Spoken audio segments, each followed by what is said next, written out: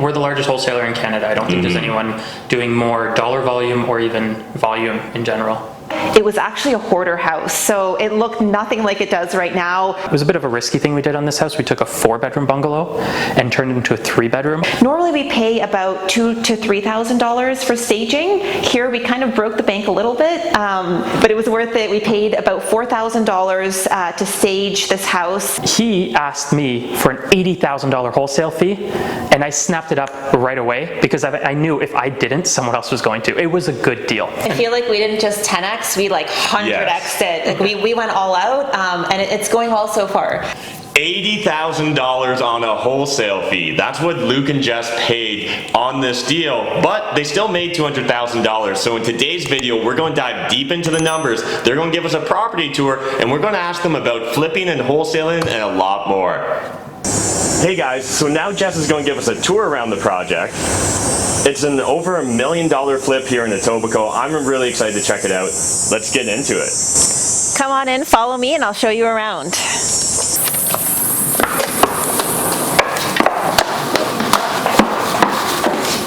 So welcome to the finished product. This was a really long renovation. It took us actually a full year to get this project done. From purchase date to closing date, we're 12 months in, but I think the results speak for themselves. You guys take a look and tell me what you guys think. So what did this place look like when you guys originally got it, Jess? I'm assuming it was a lot choppier? Yeah, so when we bought this was a 4-bedroom bungalow. It was actually a hoarder house, so it looked nothing like it does right now. There was stuff everywhere. You could barely see the floor even. There were like little channels that the previous homeowner had sort of created to like move through the house, but there was just junk everywhere. Where I'm standing right now, this actually used to be a fully closed off wall. So the kitchen felt kind of crammed. It felt closed off.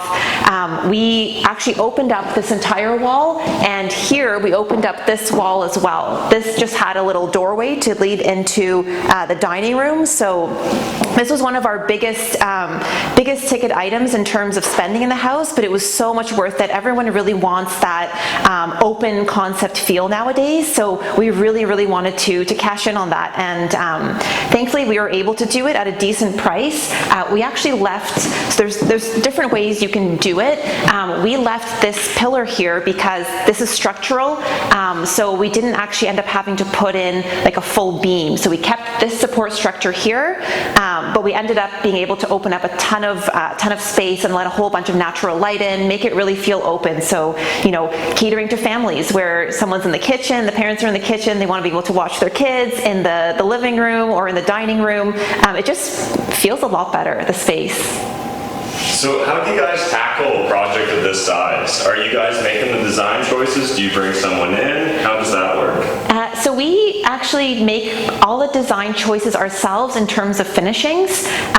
So everything you see, a lot of flippers have sort of like a set list of items they use in every single flip. So they've got their standard flooring, their standard tile, the standard appliances. This one was a little bit of a different project because we're over the $1 million mark in terms of the sale. We really had to make this a high-end flip and customize everything. So you really have to know your market in terms of who you're catering to and what price point you're at. The buyer that bought this house will be a lot more discerning when they're paying over $1 million than if they're paying $200,000. Maybe they're okay with kind of the standard flooring and tile finishes, but here we really made it custom. So the finishings we choose ourselves. We actually had our stager designer stage the whole house. So that's when we really brought in the design element. Again, we're at a higher price point, and we really want to make our end buyer feel like they want to live in this house, and so we need those high-end finishes. We brought in a great stager. Normally we pay about $2,000 to $3,000 for staging. Here we kind of broke the bank a little bit, but it was worth it. We paid about $4,000 to stage this house. I'll show you guys around and show you some of the things that the stager really incorporated to make it feel like a really luxurious high-end property. All right, Luc and Jess, so obviously real estate investing is not just a hobby for you guys, right? You're actually building quite a business behind it. And so I'd love to hear a bit more about the business as well as how you guys work together as a team in that business. So I actually still work full-time. I work as an energy lawyer day to day. So real estate is like both a business, another full-time job, also a hobby for me. So I actually manage, in terms of our business, I manage all of our personal rental portfolio.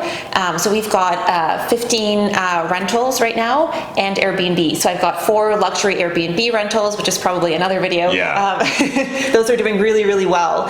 So that's a ton of work. And Luc really focuses on our wholesaling and flipping business. Yeah, and we've grown a lot, as I've told you. We have 14 employees now, scaled quite a bit. So Jess more advises, strategy level in the business, and I'm more involved in the day-to-day and training and keeping the team and growing the business and increasing our volume.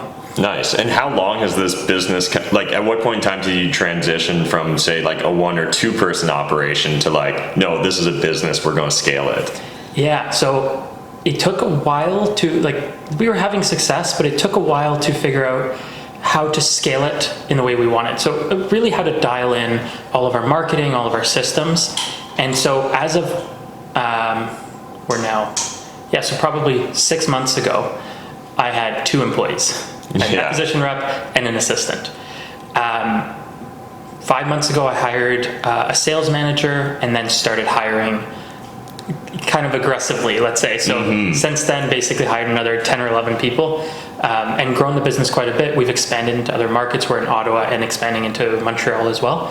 So it's been this year that we've grown and we've significantly increased our volume. We're going to do about 100 houses this year. Yeah, I love it. I just find it so aspiring. Oftentimes I find a lot of Canadians play a little too small or think a little too conservatively. I love seeing the massive growth and massive action you guys are taking. I feel like we didn't just 10x, we 100x'd it. Like we went all out, and it's going well so far. We're buying about 10 houses a month right now. So that's, we've pushed the boundary. And I mean, no one's done this as big as we've really grown it. We're kind of you mentioned new the Canadian entrants. side. I think we're the largest wholesaler in Canada. I don't think there's anyone doing more dollar volume or even volume in general. Luc, this is what everyone loves to talk about, Luc. So break it down for us, exactly the numbers behind this deal. Yeah, okay, this was a great deal.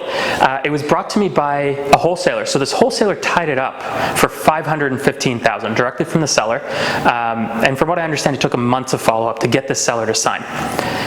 He asked me for an $80,000 wholesale fee, and I snapped it up right away because I knew if I didn't, someone else was going to. It was a good deal. Yeah. So I paid $595,000 for this house, $80,000 assignment fee. And so what gave you the confidence to pay that $80,000 assignment fee? What's this neighborhood like? Well, it's a great neighborhood. We're right next to a park. There are homes selling, well over $1 million in this area. For Toronto, this is a big bungalow. There's a lot of potential I found in this home, and really just running the numbers. For me, this didn't matter nearly as much as what this was. The total price I was paying was what mattered, right? I looked at this and I looked at what do I think I can sell it for. That's what made me confident in paying the $80,000 assignment fee. It didn't really matter to me if it went to the wholesaler or the seller. Gotcha. And then, so obviously there were some massive renovations involved. Yes, I went a little overboard on this one. We decided to really make this nice so we could hit the higher end, because if we went too low end, breaking the $1 million mark on the sale price is difficult. So if we didn't do enough, it may not justify breaking the $1 million mark. Right. So we really wanted to push it well over the $1 million mark. Yeah, and that $1 million mark, is that because of just people's mental barrier? Is that some financing rules that also make it more difficult? There are some financing rules around it, but that's not even the big thing is the mental barrier. Yeah. If someone's paying over $1 million, they're adding another zero at the end, they really want to justify it. Yeah, gotcha. And so what sort of renovations are we looking at that, $200,000? Yeah, so we had some water issues in the basement, so that was one. We did a full perimeter. This is about a 1,400 square foot bungalow. We did the full perimeter in internal waterproofing, so that was quite a bit of work. Yeah. We had to gut the entire basement. We've done pot lights everywhere. We opened up the kitchen walls. We added a full bathroom. It was a bit of a risky thing we did on this house. We took a 4-bedroom bungalow and turned it into a 3-bedroom. Okay. And then we turned that 4th bedroom into the ensuite. So we'd have a walk-through closet. We have the ensuite bathroom with the double sinks. So we thought we could make it a little more luxurious, and that would justify it, but that was a big expense. And now we have 3.5 bathrooms. So even just doing that many bathrooms was a lot of work. Hardwood throughout, a lot of work on the outside. We did a lot of work on the perimeter. So we did most of the windows. We painted the brick, we changed the roof, we did a new skylight, we did all soffits and eaves trough, including in-soffit lighting. We went a little bit overboard on this one, I'll say, but the results worked out. Yeah, and then so this is a big thing here that you broke out that you don't necessarily see all the time on HGTV shows. Yeah. So do you mind kind of breaking down just, even just generally for the audience, what goes in other costs? Yeah, we had a lot of delays on this one, so it took pretty much a year from close to close. Like, this will close about a year after I purchased it. Part of that was just I was so busy I wasn't managing it all the time. But so part of that is the financing. I had to get private financing. It was about a 2% fee up front to get the financing and about a 10% interest rate for an entire year. Okay. So it actually cost me about 12% on the financed amount. Realtor commissions on the sale. Toronto has double land transfer tax. Right. Yeah, and just other carrying costs as well. So overall, legal fees, things like that. So yeah, this is often glossed over, but this can be a very important amount. Yes, this definitely cuts into your bottom line. Yes. But you guys still made out fine. You were able to sell for. Yes, we listed at 1.2 and sold at 1.15. We're happy with the price. We listed a little aggressively because why not? We weren't in a hurry, and we got a good price for it. And so how many days on market are we looking at? I think we are all in about a month on market. Okay. Yeah. And then so was there some negotiating back and forth? Was this the only offer? This was the first offer we had, but at a lower price. So we negotiated. I think they came in at around $1,085,000. Okay. And so we came down part way, they came up, and it really seemed like they wanted to meet in the middle, which was, they kept kind of matching how much we went down. Gotcha. So they were trying to get it at, I think, 1.45 or something from where we were coming down, and for where we came down initially, and we ended up kind of saying, look, 1.15, take it or leave it. That's the final. And they took it. Awesome. And it was conditional, so they had conditional on financing and inspection, and they didn't question anything on the inspection. They didn't come back to us on anything. We had done a lot of work on the house, and it was in good shape. So. And so what are the comps like in this neighborhood? Like, do you know what kind of the highest price point is so far? The highest one that I know of in the area is 1.3 on the street. Okay. But there was large additions built. It was substantially upgraded. Whereas comparable to this house, they are selling kind of in between 1 million and 1.7. The one's kind of comparable for a nicely renovated flip level house without additions, without extra square footage. Gotcha. And then so you're walking away with approximately $200,000 off of this deal? Yeah, absolutely. That's awesome. And so again, I just really appreciate you breaking down these numbers. It really provides a lot of perspective for the audience. And again, it's really important we understand our other costs when putting together our initial proposal. So is this kind of what you envisioned it? Like, had you budgeted around these amounts, and was this your anticipated profit margin, or how did that evolve? So the costs were higher than I thought. I was budgeting a lower renovation, more like the 120 to 140,000 mark. So I went way over. You'll see that's a problem of mine. The other costs are also higher, but because of the additional renovations, I was able to sell it at a higher price. The market stayed relatively the same, so it wasn't. Luckily, the market didn't go down, but there wasn't market appreciation carrying me very much either. It was mostly the additional renovations that pushed the value higher. So I probably spent all in about $100,000 more than I wanted to spend, and I probably sold it for a little over $1 million more than I was anticipating in the first place. Gotcha. You started off as a flipper, right, with real estate, Luke? Yes. And so now you're kind of transitioning not just from being a flipper, but also a wholesaler. How did that all come about? So first of all, there was a transition into flipping because I was buying rentals on the side. I actually went to law school where I met Jess because I wanted to buy rentals on the side, and I thought being a lawyer would be a good way to qualify for mortgages. Not the best idea to go to law school to do that, but that's what I did. And so it was after law school that I said, I actually love real estate more than anything else. I want to make this a full-time job, and having a few rentals is not going to do that. That's when I went into the flipping. So we did probably something like 17 houses in the first year, full-time flipping. Oh, okay. And it was draining. And we got to a point where we had 7 flips on the go. This was probably the second year flipping, with 7 flips on the go at the same time. And we're still getting leads in. And a particular lead came in that was just, it was a really good lead. And I thought, I can probably get this deal done. But I can't handle more renovations right now. And I almost didn't go see it. It was Jess who said, no, if it's a good deal, you'll figure out, go buy this house. And I think that's a big lesson that, we learned then and we carried forward with us to today is you can always make a lead or an opportunity work. It just maybe isn't in the same format that you're doing it currently. So at that point in time, I remember this distinctly. We had 7 flips on the go and we got this really good 8th lead. And we were kind of debating like, oh, do we follow it? And I said, no, follow it, go chase that lead. We got that property under contract and then, we figured out maybe we can't handle it as a flip, but someone else can. And we have a big network of real estate investing, friends and colleagues. And so we actually wholesaled that property to another investor. And that's kind of where the path to wholesaling really began and took off. So we did that one. That was actually our first assignment fee that we received, and it was a $70,000 assignment fee on a house in Mississauga. And then it wasn't like that was just the stop of flipping. We still kept flipping, but it was gradually slowed down where I realized I didn't enjoy the renovations, and it wasn't our strength. For example, we were always financing with private money because of the volume we were doing. Well, some other people who were buying were financing with lines of credit or cash. And so I was spending $20,000, $30,000, $40,000 more than some people on the same project. And I had to buy cheaper to do that. But I was succeeding at buying them cheaper. So if we were able to buy the houses cheaper and someone else could save $30,000 or $40,000, why couldn't, and the margin still worked, why couldn't they pay us $30,000 or $40,000? Then we don't even need to take on the risk and do the reno. So I love it. That was part of the mindset shift in it as well. Yeah, that's huge. All right, so this is the kitchen. Like I said, we opened it up. We actually carried the hardwood through all the way in the kitchen. That's what we do in some of our higher end flips. We don't want that choppiness. We want everything to really flow nicely. So we've got solid hardwood floors throughout the upper level, vinyl plank downstairs because it's water resistant. It's great for basements. It's my top choice. We've got quartz countertops, marble tiles, this beautiful, beautiful wall. It's all marble, and I think it's really a feature wall of this house.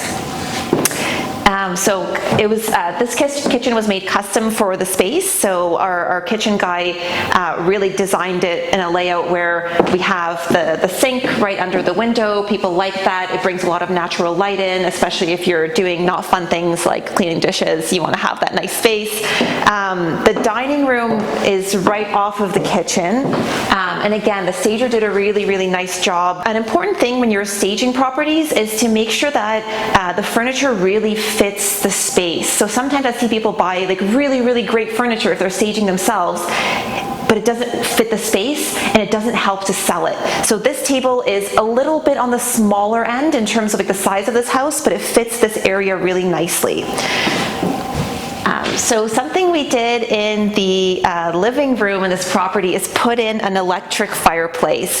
This was all custom made. There used to be a wood stove, a wood fireplace here. We tore that out, and now we use the electric fireplace, built a nice natural wood mantle, sort of bring in a lot of natural elements into this house. That's what we went for. We've got really big windows. This was a custom built window that was shipped in from over 2 to 2.5 hours away from London, Ontario. So we brought this in custom because our Toronto guys couldn't actually make a window this big. But we really opened it up, want to bring natural elements into the house, and that's kind of the look we were going for, and that's what we kind of did throughout the entire space. So this house originally was a 4-bedroom house, and a really big choice we made was to convert it to 3 bedrooms. So this is one of the bedrooms, original bedroom. We only stage the master bedroom in this house, and that's usually where we go. We actually just sold another house for 1.7. That was an even more expensive house. We staged all the rooms. For this one, we just staged the master. Through here is a full bathroom, and then we've got another bedroom right through here. So this is my favorite space in this house, the master bedroom. Come on in, I'll show you around. It's a really great space. We've added a skylight, which brings so much natural light into the space and really makes it feel more luxurious. I love natural light, so I'm a huge fan of windows, and I think a lot of people are too. That's what people are looking for. We've got this room staged, and it's a nice big space. So this used to actually be 2 bedrooms. So there was a bedroom here, and then on the other side there was another bedroom. So what we've done is we've kind of opened up all of this space here to create an ensuite bathroom and a custom-built his and hers closets. What we did and why we made this choice is we looked at comparables, and this was a 4-bedroom house, but there was no true master. All the bedrooms were a little small. You could fit a double bed in each of the bedrooms, so that was okay, but we really wanted to appeal to that like higher end luxury market, and a lot of the comparable properties on the street and in the area are 3 bedrooms. And so we said, you know what, if we convert this from a 4-bedroom to a 3-bedroom, we actually are probably going to get more money having a really nice luxurious master ensuite. That's what buyers in this area are looking for. They're discerning, and so we actually had custom built closets made out of that extra bedroom. So his and hers, I don't know which side. I mean, there's shoes here that maybe that's his side, but it also could be hers. So we've got a great big open space for closets. We have custom drawers that were built in, and through here we have another full bathroom. So we went from 4 bedrooms, 1 bathroom, to 3 bedrooms, 2 full bathrooms. And something I really like putting in where I have the space, especially in a master ensuite, are double sinks. If you can fit them, I always would recommend putting them in. This one I think is 48 inches, but IKEA actually sells one that is just over, I think around 40 inches wide. So if you can fit in double sinks, like I really see that increases the value a ton for end buyers at all price points. And it's not that much more work to plumb in 2 faucets. All right, so I've shown you guys all the upstairs. You've checked out the master suite, but before we head downstairs, I wanted to talk a little bit about the outside and the work we've done out there. So follow me. All right, so we're in the backyard right now, and we actually did a lot of work back here. So originally, there was a big addition on the house that we fully tore down. It wasn't nice. It wasn't, properly and well built. And so we said, you know what, let's just get rid of that. Let's scrap it. Buyers in this area want that nice outdoor space. So we completely gutted that. That's fully gone. And right now in its space, we've got this gorgeous patio. One of the issues we faced in this house was actually the grading in the backyard. As you can see, the backyard slopes towards the house, which is not something you ever want in a home. We ended up taking out a bunch of earth in this house. So all of this kind of was the same kind of level and went all the way straight down. We actually got like loads and loads of earth out of this backyard, which was really hard because the access ways are pretty tight. So that was a mission and a half for our guys, but they figured it out. And what we did is we regraded all the outside. So now we've got a nice flat surface going right up to the house, the patio area here. And with the stone, we built up 3 different levels. So we've got 1 level here, we've got a 2nd level over here that's just grass, and we sodded that. And then the 3rd level is just for drainage. So you can see we've staggered it nicely. Something we've also done in the basement that I'll show you guys is we did internal waterproofing throughout the entire basement. So there were water issues, but we've addressed them both from the inside with the internal waterproofing and the outside regrading the entire backyard part of the lot. All right, so now that you've seen the outside, let's go down and check out the basement. Let's talk about the elephant in the room. You guys paid an $80,000 wholesale fee on this property. Now, a lot of the real estate investors watching my video, they're going to have a visceral reaction hearing an $80,000 wholesale fee. But I think it's really important to, break down the methodology and kind of the thinking process you guys have and how you get comfortable paying such a large wholesale fee. So do you guys mind just kind of diving deeper into the psychology behind wholesale fees? Yeah, for sure. And I guess a word of warning, this is actually the biggest wholesale fee we've ever paid. It was this house right here. And so, but we actually oftentimes when we are selling houses to, or assigning houses to other investors, and they see the wholesale fee that we're getting, they're often shocked. And they kind of like oftentimes try to argue a little bit with us saying, hey, you're making way too much money here. You shouldn't be making this much. But at the end of the day, if a deal is a good deal and will make all parties money, it makes sense. And so we're very logical in our approach to it. So this is a very good example, actually, this house, because we didn't find it ourselves. This came from another wholesaler. So the wholesaler brought us the deal. We ran our numbers. Everything made sense. When we found out we had to pay them an $80,000 wholesale fee, it was a little bit of a sticker shock, I guess, for like a couple seconds, but end of the day, the deal made sense to us. So we were happy to pay them the $80,000 fee because at the end of the day, now we go through our numbers, we finish the project, we sell the property, and we're making about $200,000 off of that. So we're happy because we've made our money. The wholesaler was thrilled because they got a nice check for finding the property. And actually the homeowner was really, really excited too because they had a problem property on their hands. They weren't able to manage it well, and they were able to sell that at a price that worked for them. So it was a win-win on all three ends. And so that's something that I think is really important for other real estate investors looking to work with wholesalers and to flip houses, is to understand that money is made at all stages, and someone making a big check doesn't mean that they're ripping you off or they're making too much. If the numbers make sense for you, you can make a lot more, and we made more than double what the wholesaler made on this property. Yeah, and on other ones we've made more on the wholesale fee than the person will make flipping it. The question is, are the numbers going to work for you? So we have times when we've sent out a property and we're asking a $10,000 assignment fee, and the person trying to buy it from us says, oh, you're making too much, wholesalers in the States only make $5,000, you shouldn't make so much.